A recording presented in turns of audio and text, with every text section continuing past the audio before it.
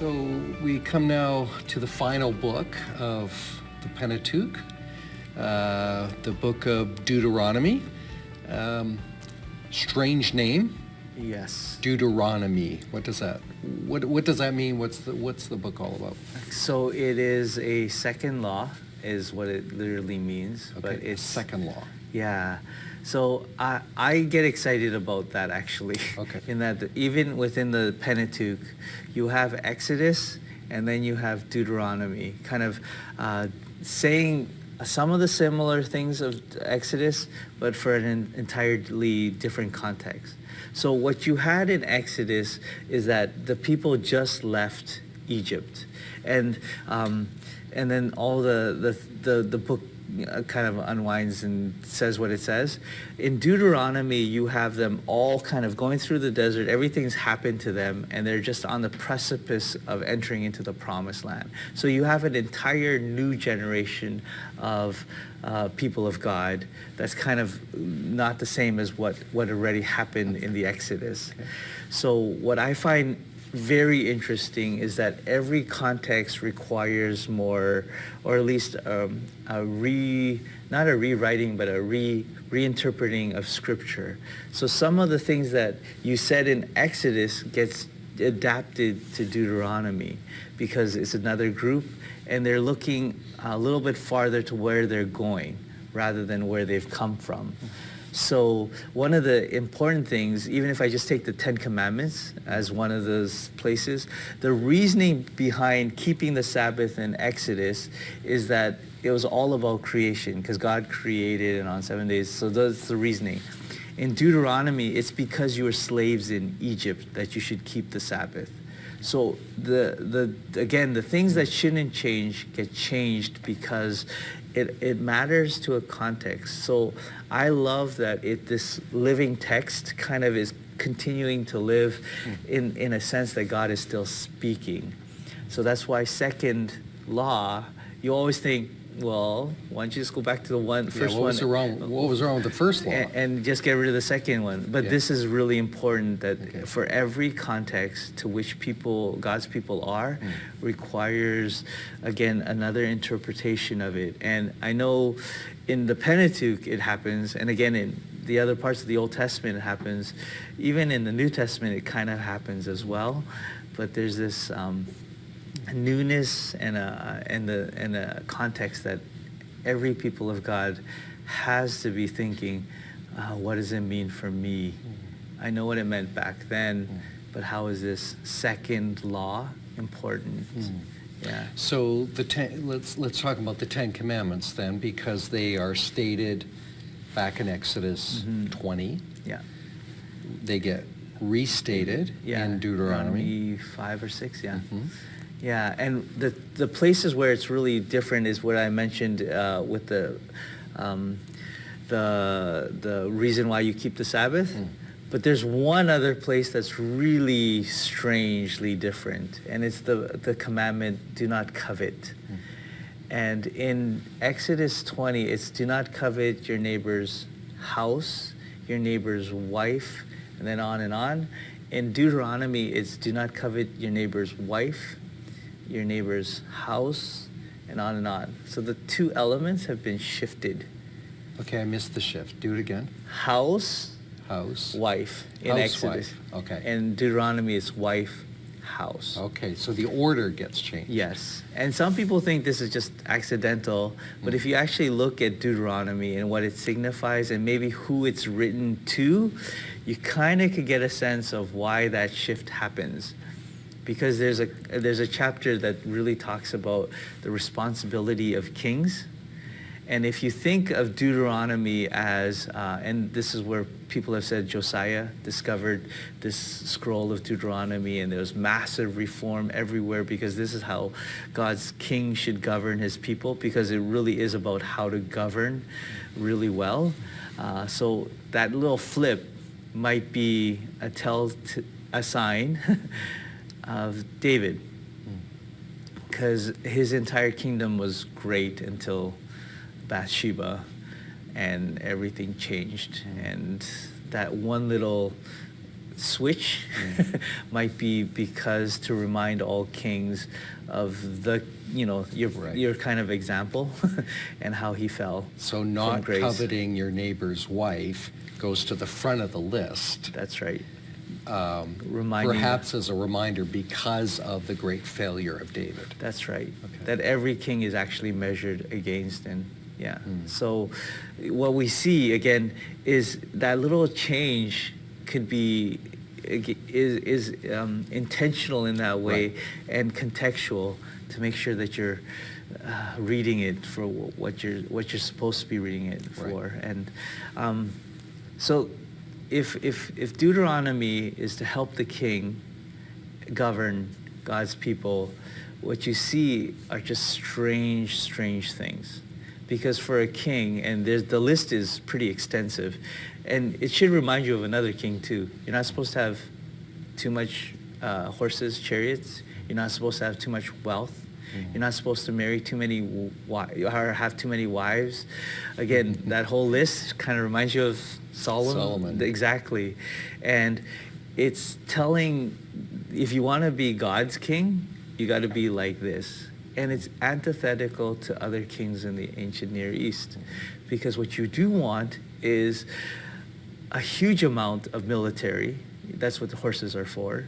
You want a huge amount of wealth for building projects to hire, more military. You want a large amount of women, wives, because they're your political allegiances to every neighboring country, so that if you married the daughter of the king, why would that king ever invade you? So it's going against good, practical politics for your country. And I think it's, again, Deuteronomy is reminding the king and all these different rulers the significance and importance of being dependent on God. And that's why the king is supposed to have a priest write out the book of the law, and they're supposed to keep copying it. Because what you forget, I think, as a ruler, is how much power you have and who you're supposed to be concerned for. So the temptation for the king then is to want to run the kingdom of the people of God the way all the other kings are doing it. Yes. Which has a lot to do with natural power, natural wealth, and depending on those things. And so God is constantly calling his people to depend on him. Yeah. Which is something we need to be paying attention to as well. Yeah, especially the leaders in their situations, The Shema, Yeah. what is that? So, hear, O Israel, the Lord your God is one. You shall love the Lord with all your heart, with all your soul, with all your strength. And that's in Deuteronomy 6:4, yeah. So, again, it's written on your, you put it on your foreheads, you wrap it around your arm. So it's something that you're supposed to recite and know. You put on the doorposts of your, or on the posts of your door. So say it again. Hear, O Israel, the Lord your God is one. You shall love the Lord your God with all your heart, with all your soul, with all your strength. And I know there's different words depending on the version, and especially in the New Testament. So really emphasizing the oneness of God. And loving God. And loving that. With loving God. With all and who you are. Okay. Yeah. And so Jews would recite this daily? Yes. Okay. And also, it's a little bit of this. So let's go to Revelation, which might be a weird place to go. Yeah. But the mark of the beast is also placed in the exact same places as where the Shema is supposed to be written. So they're not writing the Shema on their head, are they? No, but they would have a little box. And they would place it. Okay. And then they would have a wrapping. Sure. Yeah, tefillin. So I've seen people in Israel That's right. in the synagogue doing that. So that's the marking or the marks that you belong to God, that you're God's possession in a way. So what happens in Revelation is this anti-Shema in a way, where you're marking yourself for someone else. So the idea, again, with that is that you're loving God and God is loving you, and all of that together. But So by reciting that and by literally placing that on your forehead, I guess your mind, Mhm. and your arm, Mhm. my strength, yeah. what I'm doing, what I'm thinking, what I'm doing, Yeah. there you're actually taking it into yourself and applying it to That's right. Yeah. Yeah. So I think it's something we, and again, it's mentioned in the New Testament as Mhm. well. It's the greatest commandment, and the second is like it. But it is the first commandment is to love God and then love neighbor. And that really then takes us back to what you said about the Ten Commandments, that the first four deal with our relationship with God, and the next six deal with our relationship with people. That's right. And we're told in the New Testament, as you said, that the two greatest commandments are love the Lord your God with all your heart and your neighbor as yourself. So it's really it's really a summary Yeah. of the law. That's right. Encapsulating the whole of it in The a whole sense. of it, Yeah. Pentateuch. So finishing up, first of all, on Deuteronomy, you said in an earlier something about a focus on the orphan, the widow, the foreigner was an important theme in Deuteronomy. Can you expand on that a little bit? Yeah, so Deuteronomy is, again, we talked a lot about this, but okay, maybe I should back up a bit. It is a covenant document. So one of the things with the structure of Deuteronomy is it looks like a Hittite covenant treaty. I know it sounds strange, but... And the Hittites were a people that kind of Asia Minor Turkey right now is where was their empire. But we have covenant treaties of how one party would enter into a covenant with another party, and the entire book of Deuteronomy is kind of under that structure. So you have this kind of address preamble of this relationship between God. That's why there's this beginning historical piece, and then stipulations. All of those things, it follows this kind of covenant treaty that's been found. So Deuteronomy, in a way, is again this covenant between God and maybe king or ruler or people in power, but again, maybe all of God's people of this covenant document that's there. So there's different aspects of that too, including the witnesses, which is heaven and earth in Deuteronomy. So there's lots of different elements that are found within Deuteronomy that kind of echo this. And one of the important things about this document or this covenant treaty is how do you treat the lowest in your people? And God is really concerned about them. It's all the people who really, they would die if there was no one taking care of them, because there's no structure for them to help them, especially if they have no family, all kinds of things. So you have the orphan. If they have no one, they will be taken advantage of. You have the widow. Again, they have nothing to go back to. There's no one for them. And the foreigner will always be taken advantage of in some ways. But God says, no, you can't. You have to actually treat them all like you would treat everyone else. And that's a really important thing in Deuteronomy, is how you treat the lowest. And I mentioned it before, but the signs of a healthy society, or at least people of God, or someone who's fulfilling the covenant, is not how you treat your best, but how you treat those that that just need help. And that's kind of what Deuteronomy is looking to when it says those things. So there's lots of different individual laws, which I mentioned some, but even going through your field twice, you can't. You have to provide something for those who don't have anything. Even a certificate of divorce is actually in Deuteronomy a releasing of the wife so that she could get married again. So what we think may be different today, it was taken differently back then, because without it, she had no chance, Right. in a way.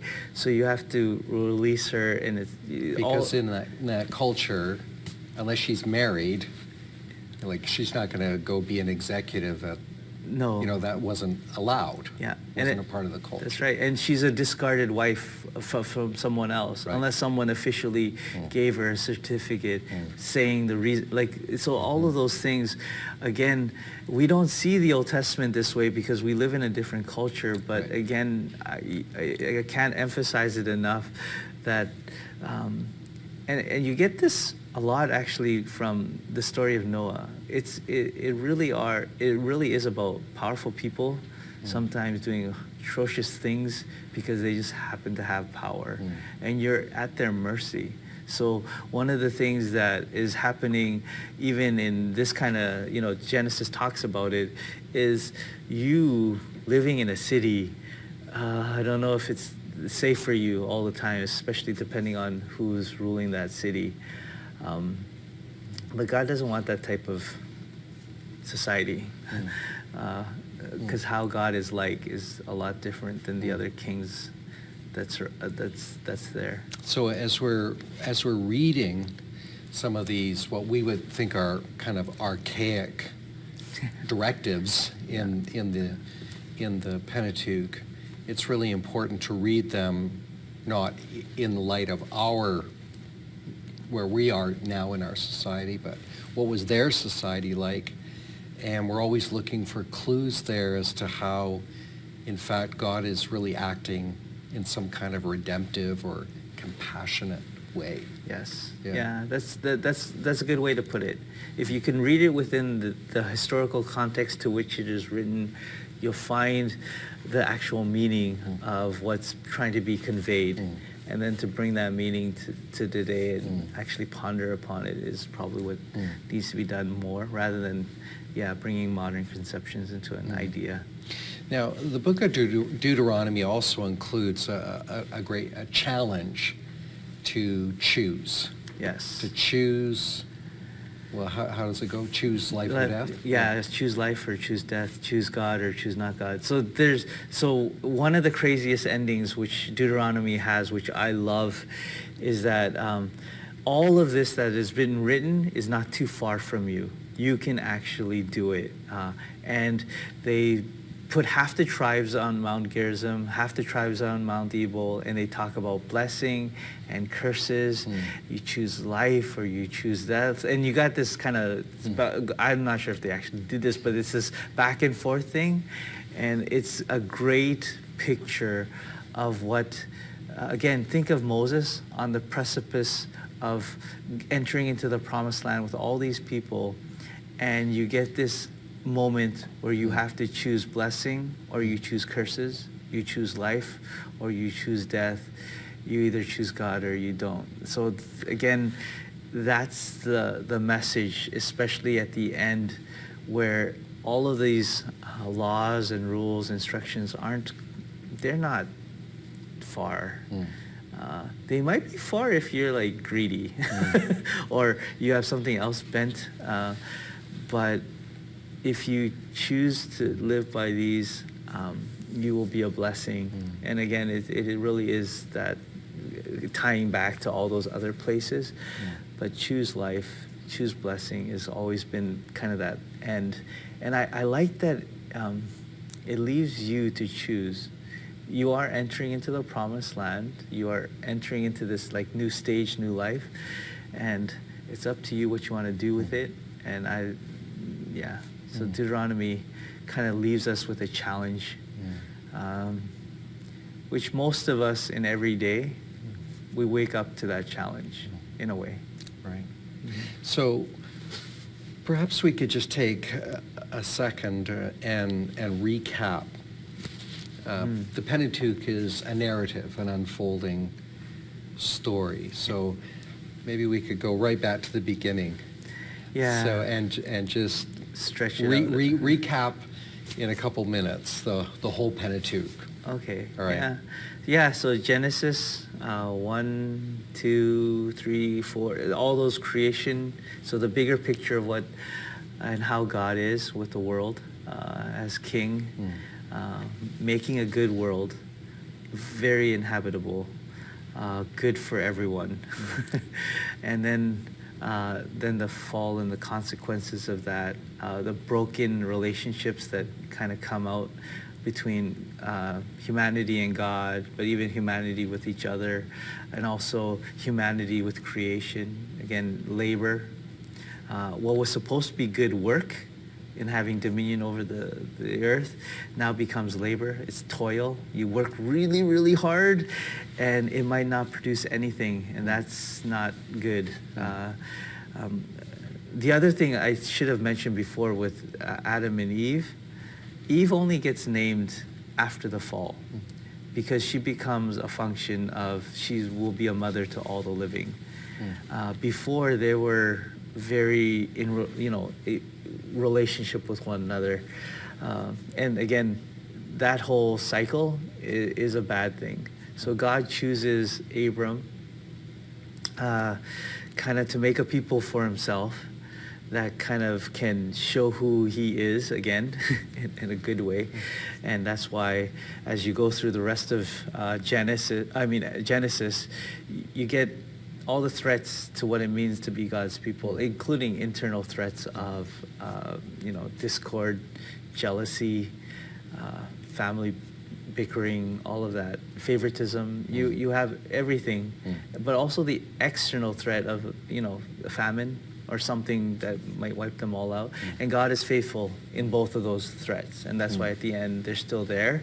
They may not be where they're supposed to be, but they exist. And then Exodus is a story of them being delivered out of slavery and bondage in Egypt, going through a bit of the wilderness to get to the Mount Sinai. And at Mount Sinai, they become God's people, given the law and all those other things. And it's really interesting, too, that before this time, they're not punished for certain things.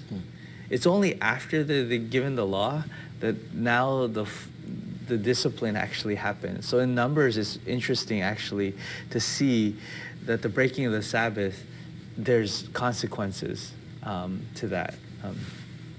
You have Leviticus of what it means to be in God's presence and how that goes about, what it means to be God's people. So this intermediary kind of priesthood mediating between people and God, you have that. And then Numbers is them almost getting into the promised land, but them failing and the consequence of that, and all of their failures, rebellion, kind of wishing for back in the old days. And then Deuteronomy, they stand kind of on just the edge, looking forward. And this is Moses giving his speeches, this covenant kind of document of what it means to be God's people, how to govern well, and to either choose God or not to choose God. And when Deuteronomy ends, we're still in the wilderness, but on the border of the promised land. Is that correct? Yeah. And so then the story, this is not our territory, but the story gets then taken up in the next book of the Old Testament, which is Joshua and actually occupying the land. Yeah. So the first part of the Abrahamic covenant is true. Like they have descendants and seed. The next continuation is, will they get land? Will they get the land? Yeah. So I have one more question for you. Okay. Yeah. So as we've been chatting, I've really enjoyed this, and I'm thinking about for those that really want to get into the Pentateuch, but they're new, maybe not necessarily new Christians, but they've really had their appetite kind of stirred up as we've been talking together. What kind of advice would you give to people that really want to study the Pentateuch, the first 5 books of the Bible? What kind of tips would you give them? Yeah, so I would, because the Pentateuch is really foreign for everyone. What I would do is, again, read slowly and carefully. Find a group that you kind of could be a little bit accountable to one another to, and make certain dates that you are going to meet.